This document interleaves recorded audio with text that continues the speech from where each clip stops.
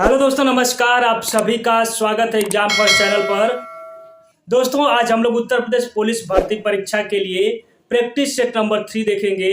और यह practice set दोस्तों, अगर आप उत्तर प्रदेश पुलिस भर्ती परीक्षा के साथ साथ अगर आप रेलवे आरआरबी ग्रुप डी का भी फॉर्म भरे हैं तो दोस्तों इस प्रैक्टिस सेट को जरूर देखिएगा। यूपी टेट का भी अगर आप परीक्षा देने जा रहे हैं तब भी इस प्रैक्टिस सेट को आप जरूर देखेंगे दोस्तों। तो चलिए, यहाँ पर मैं ये नहीं कहूँगा कि दोस्तों आप सिर्फ और सिर्फ मेरी वीडियो देखिए, लेकिन मैं आपसे दोस्तों यह जरूर कहूंगा कि एक बार आप मेरी वीडियो जरूर से दोस्तों देखना। यहाँ पर मैं जो है पूरा जो कॉन्सेप्ट से, अगर आप गणित एकदम बेसिक से, अगर आपने कभी गणित के प्रश्नों से भी डर लगता है आपको, तो दोस्तों एक बार यहाँ पर प्रश्नों को आप देखना। यहाँ पर मेरी कोशिश यह रहती है दोस्तों कि मैं आपको प्रैक्टिस सेट के माध्यम से जो है कि वह प्रश्नों को सॉल्व करवाऊंगा। तो आज ये दोस्तों हम अपना आज का पहला प्रश्न यहाँ पर देखने वाले हैं। तो दोस्तों हमारा पहला प्रश्न है, वह प्रश्न यह है, प्रश्न में कह रहा है दोस्तों कि एक क्रिकेट खिलाड़ी के 30 पारियों के लिए बल्लेबाजी औसत जो है वह 40 रन का है। कह रहा है कि उसका सर्वोच्च स्कोर उसके न्यूनतम स्कोर से 100 अधिक है। यदि इन दोनों पारियों को शामिल नहीं किया जाए तो बाकी 28 पारियों का औसत रन 38 है। तो खिलाड़ी का न्यूनतम स्कोर क्या है? और दोस्तों यह औसत का बहुत ही बेहतरीन और कॉन्सेप्चुअल प्रश्न है। तो दोस्तों यहाँ पर आप पूरा प्रश्न को देखेंगे और जैसा कि आपको मैंने बताया कि प्रश्न को 1 से 2 बार पढ़ना है, उसके बाद पेन उठाना है दोस्तों। तो आइए दिखाता हूं इस प्रश्न को कैसे हम लोग बहुत ही आसानी से सॉल्व करेंगे। क्या कह रहा है दोस्तों कि एक क्रिकेट खिलाड़ी के 30 पारियों के लिए बल्लेबाजी औसत 40 रन का है। तो यहाँ पर दोस्तों जैसे प्रश्न में कहता है सिर्फ वैसे ही हम लोग लिखने का प्रयास करते हैं। तो यहाँ पर आप मान लीजिए क्रिकेट की पारी है दोस्तों, और यहाँ पर हम औसत रन लिख लेते हैं, क्योंकि ये जो हमको प्रश्न में दिया रहेगा सबसे पहले हम उसकी बात करेंगे, औसत रन। तो कह रहा है दोस्तों कि 30 पारियों में उसका औसत रन कितना है? 40 का है। तो दोस्तों मैं आपसे यह उम्मीद करूंगा कि आप इतना जरूर जानते होंगे। क्या कह रहा है कि 30 पारियों में औसत रन 40 है, यानी कि हम बहुत ही सिंपल यह कह सकते हैं कि हर पारी में उसने 40-40 रन बनाया है। तो दोस्तों 30 पारी में अगर हर पारी का रन 40 है तो कुल उसने रन कितना बनाया दोस्तों? 30 गुणे 40, यानी कि 3 चौके 12 और 2 जीरो, यानी कि कुल 1200 रन उसने बनाया है। अब देखिए अगला जो आप स्टेटमेंट पढ़िए, कह रहे हैं कि उसके सर्वोच्च स्कोर उसके न्यूनतम स्कोर से 100 रन अधिक है। तो चलिए इसको अभी फिलहाल स्किप करते हैं। कह रहा है कि यदि दोनों पारियों को शामिल नहीं किया जाए तो बाकी 28 पारियों का जो औसत है वह 38 रन हो जाता है। तो दोस्तों आप उन दो पारियों को शामिल नहीं करेंगे तब जो है आपकी पारी कितनी हो गई? 28। और कह रहा है कि अब जो है औसत रन कितना हो जाता है? 38। तो बाबू अब ये बताइए कि 28 पारी का औसत रन 38 है, तो हम यह कह सकते हैं कि हर पारी में उसने 38 रन बनाया है। ठीक है, ध्यान दीजिएगा। तो यहां पर टोटल रन कितना हो जाएगा? 28 गुणे 38। यहां पर गुणा करने का सिंपल तरीका क्या होता है दोस्तों? 38 और 28 को हम क्या लिख सकते हैं? 4 गुणे 7। तो 4 × 8 32 को 2 हाथ में लगा, 3 4 3 12 3 15 और गुणे 7। तो दोस्तों 152 में हमने 7 का यहाँ पर गुणा किया तो कितना आ गया दोस्तों? 1064 आ गया। अब दोस्तों यहाँ पर यह बताइए कि अगर हम इसको 1200 रन जो है 30 पारियों में 1200 रन, अब 28 पारियों में 1064 रन। तो यहाँ पर दोस्तों यह जो रन कम हुए, किसकी वजह से रन कम हुए? जो दो पारियों को हमने शामिल नहीं किया। तो इन दो पारियों में कितना रन बना होगा दोस्तों? तो यहाँ पर बहुत ही कॉमन सेंस से हम कह सकते हैं 1200 में से अगर आप 1064 को माइनस कर दें तो कितना आएगा दोस्तों? 136। यानी कि 136 जो है इन दो पारियों में रन बना था और इसी को हमने शामिल नहीं किया तो हमारा औसत चेंज हो गया। तो दोस्तों इस दो पारियों में अब यहाँ पर ऊपर देखिए क्या कर रहा है कि उसका सर्वोच्च स्कोर उसके न्यूनतम स्कोर से 100 रन अधिक है। यानी कि दोस्तों इसी 136 में क्या है? दो पारियां हैं, तो हम मान लेते हैं कि पहली पारी में उसने x रन बनाया, तो दूसरी पारी में कह रहा है कि यानी उसका हम न्यूनतम स्कोर अगर x मान लेते हैं तो इसका अधिकतम स्कोर इससे 100 ज्यादा है। यानी कि यह कितना है दोस्तों? x + 100। और यही किसके बराबर है साथियों? 136 के। यहाँ पर दोस्तों यह क्या हो जाएगा? 2x हो जाएगा और 100 उधर चला जाएगा, तो यह कितना बचेगा? 36। यानी कि x की वैल्यू दोस्तों क्या हो गई? 18 हो गई। तो आप देख सकते हैं कि उसका न्यूनतम स्कोर क्या हो गया 18 और उसका अधिकतम स्कोर क्या है दोस्तों x प्लस 100, यानी कि 100 में 18 जोड़ देंगे तो 118। तो यह जो है दोस्तों अधिकतम स्कोर है और यह जो है हमारा न्यूनतम स्कोर है। और अगर आप 118 को 18 में ऐड कर देंगे तो क्या आएगा दोस्तों 136 आ जाएगा। तो देख सकते हैं कि हमारा आंसर भी वेरीफाई हो गया।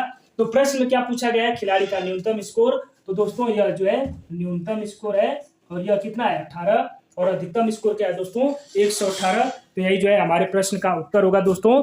तो चलिए अब हम लोग एक अगले प्रश्न की तरफ बढ़ेंगे, इसी तरह कॉन्सेप्चुअल प्रश्नों को हम लोग देखेंगे। आज ये दोस्तों प्रश्न नंबर 2 हम देखते हैं।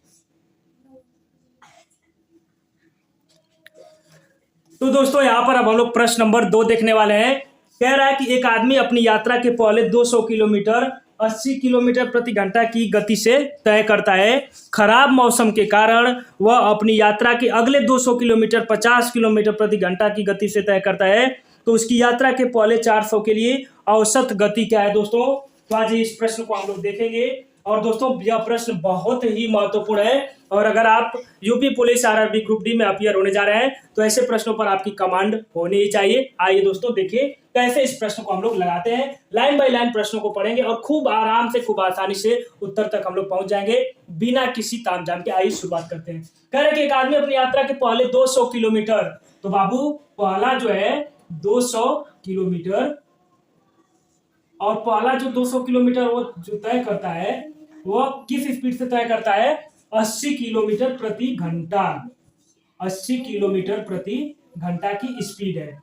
तो यानी कि तो के दूरी दे देले और का दे देले स्पीड दे देले, यानी कि दूरी और चाल पता तो समय हम तो खूब आराम से निकाल सकते हैं। समय बराबर क्या होगा बाबू दूरी और बटा चाल, यानी कि हम यहाँ पर 200 में किसका भाग दे देंगे 80 का, तो यह कट जाएगा 8 दूना 16 4 20, यानी कि 2.5 घंटा में ये दूरी जो है पूरा कर लेला। कौन दूरी ये 200 वाली।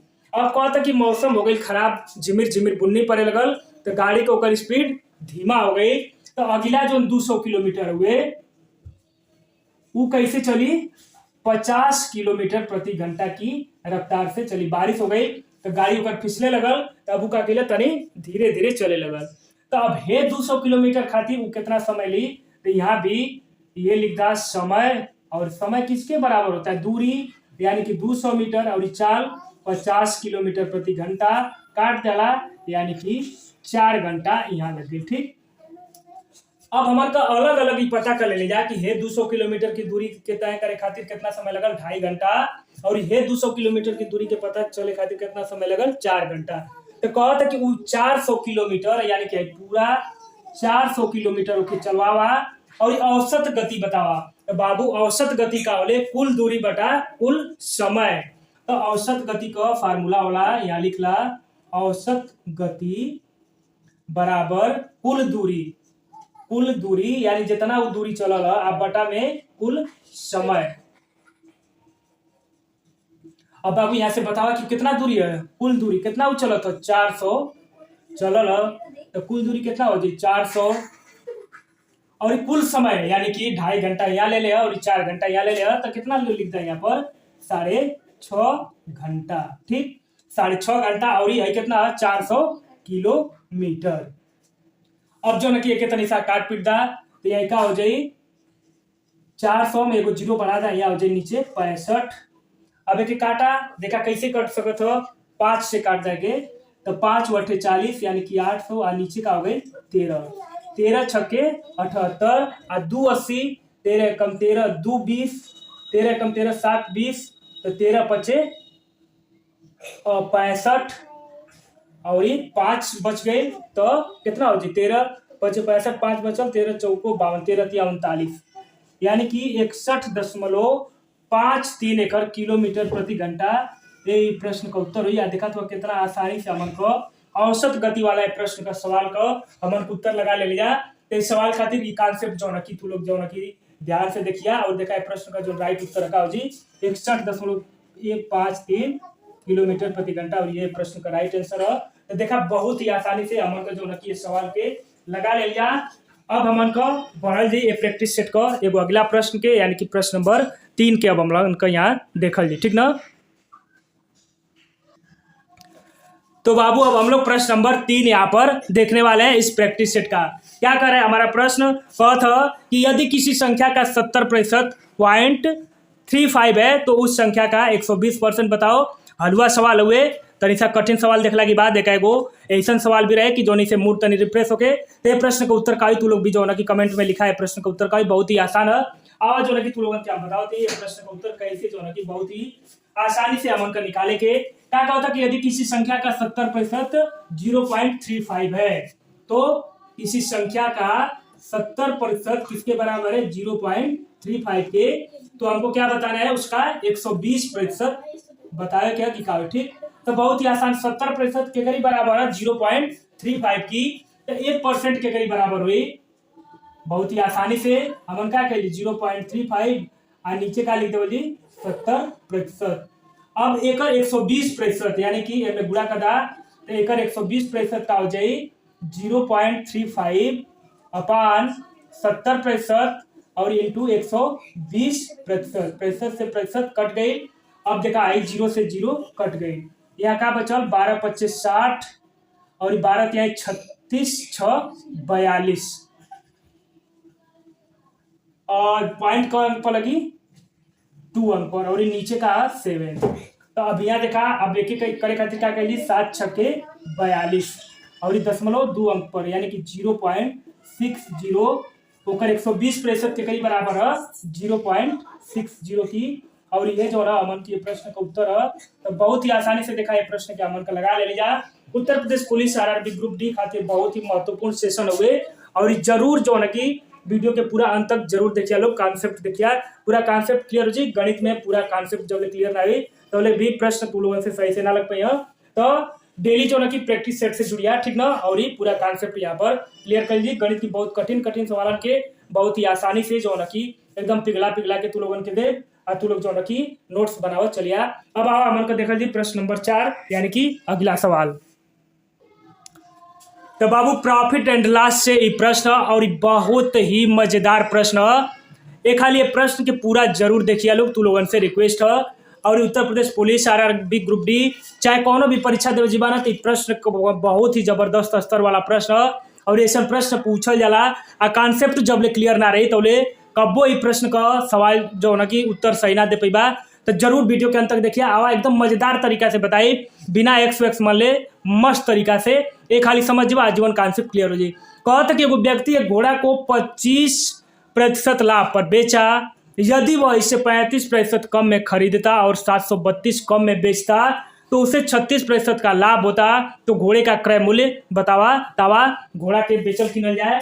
तो देखा यहाँ जो ना कि जब भी एक तरह का सवाल आई तो तू एगो जो ना कि यहाँ खरीदल यानी कि खरीदने का एगो अलग कॉलम बना दिया और बेचला का एगो अलग कॉलम बना दिया ठीक ना।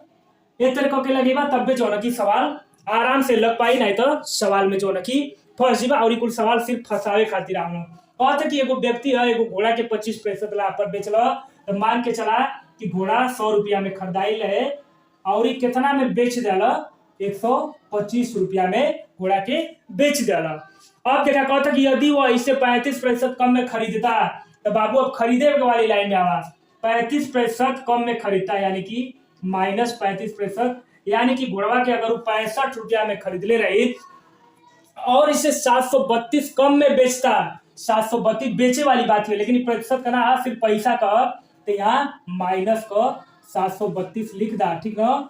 कम में बेचता तो उसे 36% का लाभ होता। अरे भैया तो 36% का लाभ क्या कब हुई 65 का 136%, तो 65 का 136% निकालना का है कि अब ओके लाभ कैसे होता मान की 35% कम में खरीद ले और इतनी कम में बेच ले तब ओके 36% का लाभ होता।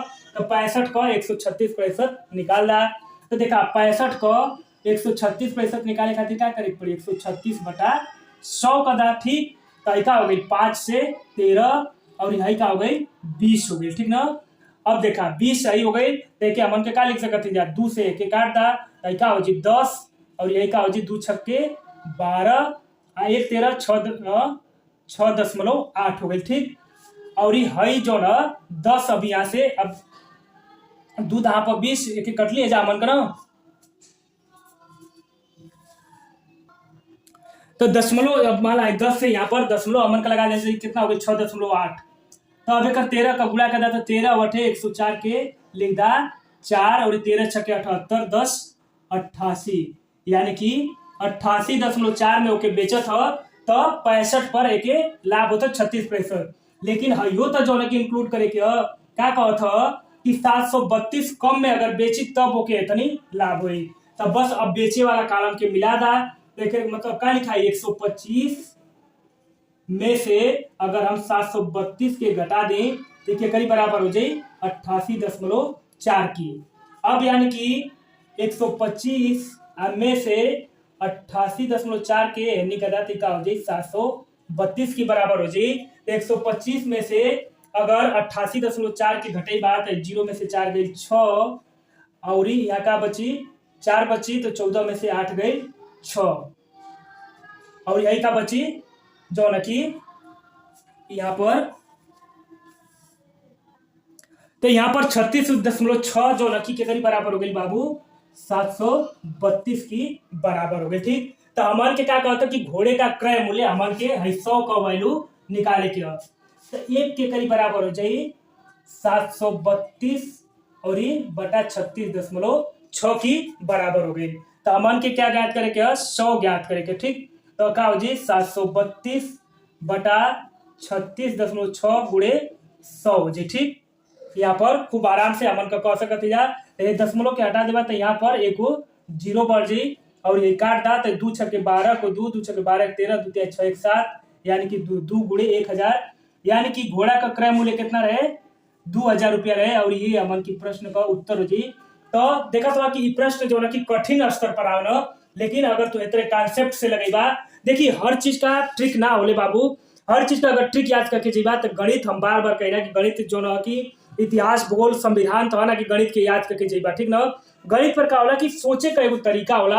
हाँ, कुछ चीज का शॉर्ट ट्रिक जरूरी होले, जैसे कुछ संख्या के स्क्वायर ऐसे 1 से 100 लेकर ये कुछ चीज याद कर सकता हो तो ऐसे कैलकुलेशन कम हो जाला। लेकिन एकर भी एगो जैसे तरीका अगर ट्रिक तो याद ना, जैसे कुछ लोग हो मान के चला कि यहाँ लिख गई कोनो भी 2 संख्या का स्क्वायर, ठीक ना, मान के चला कि 95 का ही स्क्वायर ज्ञात करे के, तो जैसे ना वाला 5 का स्क्वायर करके 25 और 9 से 1 बढ़ा के तो 9 दा पर 90 ही एकर हो जाए। तो ऐसा कुछ का ट्रिक तरीका याद रखे के चाहिए, जैसे कैलकुलेशन कम हो जाला, लेकिन बहुत ज्यादा ट्रिक पर डिपेंडेंसी ना रखे के चाहिए। प्रश्न के जो ना कि पढ़े के चाहिए, ओकरी बाद वो हिसाब से लगावे के चाहिए, तब जो ना कि कॉन्सेप्ट क्लियर होगा और ये आजीवन वो सवाल लंबा समय ले याद रहेला। तो बाबू अब प्रैक्टिस सेट का अगला प्रश्न देखा, कहा था कि 30 टेबलों का लागत मूल्य 40 टेबलों के विक्रय मूल्य के बराबर है तो हानि प्रतिशत क्या होगी। और ये प्रश्न भी देखे में तो बहुत ही आसान रहेला, लेकिन जबले कॉन्सेप्ट क्लियर ना रही तबले ईसन भी प्रश्न उलझा देना था, लेकिन अब उलझला का आवश्यकता ना, काहे कि अब जो ना कि तू लोग राघवेंद्र सर से पढ़ा था तो पूरा कॉन्सेप्ट के साथ जो ना कि ये प्रश्न के अमन का देखल जी। और ये बहुत ज्यादा ट्रिक की भरोसे रहला की जरूरत है, कैलकुलेशन सीखा ट्रिक तो अपने आप डेवलप हो जाए, जब कैलकुलेशन तो फास्ट हो जाए तो वही जो ना कि ट्रिक होला। ठीक ना, तो आवाज जो ना कि देखते हैं जा कि कैसे प्रश्न के लगी। एगो चीज याद रखिया कि हमेशा जो ना कि 3 गो मूल्य होला, एगो होला क्रय मूल्य जोनी पर चीज खरीदल जाले, चाहे ओकर जो लागत मूल्य होला कोनो चीज के बनावे में ओके का कहल जाला क्रय मूल्य। एगो होला झूठा मूल्य जेके कहल जाला अंकित मूल्य, ई फॉल्स मूल्य। ठीक ना, ई जो ना कि बेवकूफ बनावे खातिर दुकानदार अपनी तरफ से लगावे ना। और एगो चीज होला जोनी पर कोनो चीज रियल में बिक जाले ओके कहल जाला विक्रय मूल्य। तो 3 तरह का मूल्य होला सा याद रखिया। क्रय मूल्य ई जो ना कि ओरिजिनल कास्ट होले, जोन चीज के कोनो चीज के बनावे में जो लागत आवेले ओके क्रय मूल्य कहल जाला। अंकित मूल्य जो बिचौलिया होला, इमीडिएटर अगुआ जे यानी कि दुकानदार ई जो ना कि कोनो सामान के खरीद के लिए और ये अपनी आपन टैग लगा दिया बढ़ा के, आप फिर एगो मूल्य होला जोनी पर कस्टमर के कोनो चीज बेचल जाला। तो ये 3 गो मूल्य होला। कहा तो 30 टेबलों का लागत मूल्य, यानी कि 30 गो टेबल है सो उनका लागत मूल्य यानी कि क्रय मूल्य ई बराबर हो के करी 40 गो टेबल की विक्रय मूल्य की, यह बराबर है। और ये कुछ चीज हो ध्यान रखिया कि जौन भी लाभ या हानि होले वो कौनी चीज पर होले, क्रय मूल्य पर ही लाभ और हानि निकाला जाला। तो क्या कहता हो कि 30 टेबल का क्रय मूल्य 40 टेबल की विक्रय मूल्य की बराबर है। तो हमन की कोशिश करिए कि क्रय मूल्य हमेशा बेस में रहे, यानी कि नीचे का है कि वही से लाभ हानि हमन को निकाल जाए। तो अब सिंपल यहाँ का कदा 40 के हेन्नी ले आवा, क्रय मूल्य के हेन्नी ले जा, यानी कि 30 टेबल बटा 40 टेबल और विक्रय मूल्य बटा क्रय मूल्य। क्रय मूल्य हमेशा नीचे रखा जाए, क्या है कि लाभ और हानि हमन के यही पर होई। तो अभी बताओ कि क्रय मूल्य नीचे और विक्रय मूल्य है, या टेबल कट गए तो बच गए 30 और 40। तो कौन चीज 40 होकर क्रय मूल्य और बिकाई लिए 30 रुपया में, तो क रुपया का हानि भैल 10 रुपया का हानि भैल, क रुपया पर 40 रुपया पर। और परसेंट बनावे खातिर 100 का गुणा कदा, एक तरह तो पूछल जी तो क रुपया का हानि भैल, 10 गो टेबल का हानि भैल, लेकिन हमन की प्रतिशत में बताओ क्या तो 10 चौको 40 और 4 से 100 के काट दा, यानी 25%। और ये हमन की प्रश्न का आंसर हो गई, राइट आंसर कितना 25%। और देखा तो हमन को बहुत ही आसानी से प्रश्न के लगा ले जा। तो ऐसा भी प्रश्न पूछा जाला तो कई बार कंफ्यूजन क्रिएट हो जाला, लेकिन बाबू लोग अब तू लोगन के कंफ्यूजन क्रिएट ना हुई, खूब आराम से बस सवाल के पढ़े के हुए आज जैसे जैसे वो कहता पॉइंट टू पॉइंट वही तरह चले के। तो चला अब हमन को मिले जी अगला प्रैक्टिस सेट में, और ये practice set Uttar Pradesh police RRB group D दोनों खातिर समान रूप से उपयोगी है। तो बाबू जे भी ये चैनल पर नया है ना, तो प्लीज यार चैनल के सब्सक्राइब करवा दिया, वीडियो के लाइक कर दिया, और बगल में लगल घंटी के तनी सा टंटना दिया, ताकि कोनो भी वीडियो अगर एग्जाम फर्स्ट चैनल पर डालल जाए तो जो ना कि सबसे पहले तू लोगन के मिल जाई। और यकीन मानिए तनी सा चैनल पर विश्वास करा, वीडियो के पूरा देखिए लोग, मजा आ जाए, ठीक ना। तो जैया ले पुलिस का पेपर ना हो तैया ले तू लोगन के तो प्रैक्टिस सेट डिलीवर कर ली। और तू लोग जैसा ही अगर कमेंट करवा डिमांड करवा तो रीजनिंग का भी प्रैक्टिस सेट जो ना कि तू लोगन के हम देव। तो चला मिलल जी अगला वीडियो में, तब तक के लिए मर्यादा पुरुषोत्तम, जय श्री राम। आज नवरात्रि का अष्टमी है, तो माँ दुर्गा को भी प्रणाम। आप सभी साथी कमेंट बॉक्स में जय माँ दुर्गा लिखिएगा। तो चलिए माँ भवानी को प्रणाम, नमस्कार, जय श्री श्याम, जय माँ दुर्गा, जय माँ भारती।